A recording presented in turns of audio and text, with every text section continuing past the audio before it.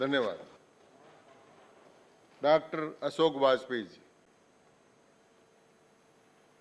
माननीय उपसभापति जी, माननीय कानून मंत्री जी, जो विधेयक ले आए हैं बहुत ही सामयिक है। इसकी लंबे समय से इसकी आवश्यकता थी, लेकिन पता नहीं किन कारणों से देश की आज़ादी के इन 74 वर्षों में इतने महत्वपूर्ण विधेयक को लाने की आवश्यकता नहीं समझी गई।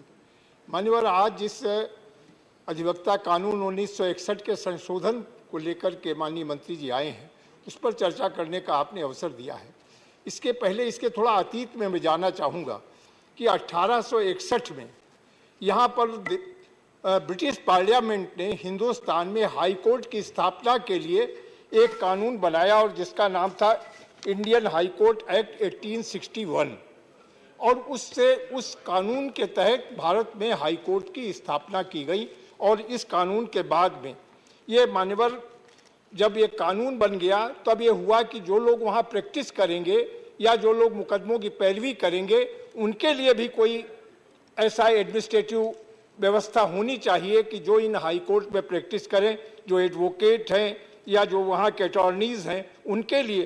तब ये तय हुआ कि 1879 में लीगल प्रैक्टिशनर एक्ट 1889 बनाया गया। 1879 में लीगल प्रैक्टिशनर एक्ट बनाया गया। और आज़ादी के बाद मान्यवर, जब देश आज़ाद हो गया तो आज़ादी के बाद अपने देश में न्यायिक प्रशासन कैसा हो, जुडिशियल एडमिनिस्ट्रेशन कैसे संचालित हो, इसके लिए एक लॉ कमीशन की स्थापना की गई।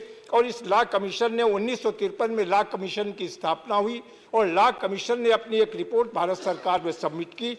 और उस रिपोर्ट के आधार पर ये एक्ट 1961 जो क्या नाम अधिवक्ता अधिनियम जो 1961 जिस पर हम लोग आज संशोधन लेकर के आए हैं, ये बनाया गया। और इसके पीछे उद्देश्य था कि देश भर में एक रूपता लाई जा सके। हमारे जो अधिवक्ता होंगे उनका स्वरूप क्या होगा, उनको किन किन श्रेणियों में विभाजित किया जाएगा और अलग अलग कोर्ट में अधिवक्ताओं को किस तरीके से अपीयर होने का या उनको काम करने का वो होगा।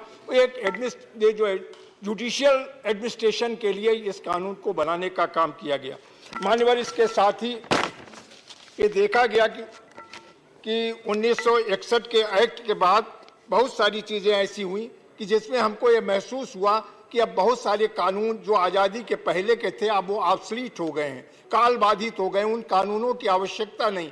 तमाम कानून की मोटी मोटी किताबों में कानून भरे पड़े हैं और वो कानून एक जनता के लिए एक बोझ बन गए हैं। ऐसे अनावश्यक कानूनों को समाप्त करने के लिए आवश्यकता पड़ी और आज मंत्री जी तमाम ऐसे कानूनों, और जैसा इससे पहले भी माननीय जो सूचना मंत्री जी ने कहा कि 1500 ऐसे कानूनों को निरस्त करने का काम, रिपील करने का काम किया गया, उसी के तहत जो हमारे इस कानून को भी निरस्त करने का। लेकिन मुख्य उद्देश्य इस कानून का ये है कि जो हम अमेंडमेंट लाए हैं कि देश में जो टाउट्स हैं हमारी अदालतों में, उन दलालों पर कैसे अंकुश लगाया जाए और उसके लिए एक व्यवस्था बनाने का काम इस संशोधन विधेयक के माध्यम से माननीय उपसभापति महोदय किया गया। इन दलालों के लिए अधिकार होगा हाई कोर्ट्स को, वहाँ के डिस्ट्रिक्ट जजेस को, डिस्ट्रिक्ट सेशन जज को, रेवेन्यू कोर्ट को ये अधिकार होगा कि वो लोग एक सूची तैयार कर सकते हैं कि कौन कौन से टाउट हैं और उन टाउट के लिए। लेकिन इन टाउट के संबंध में निर्णय, दलालों के संबंध में निर्णय का अधिकार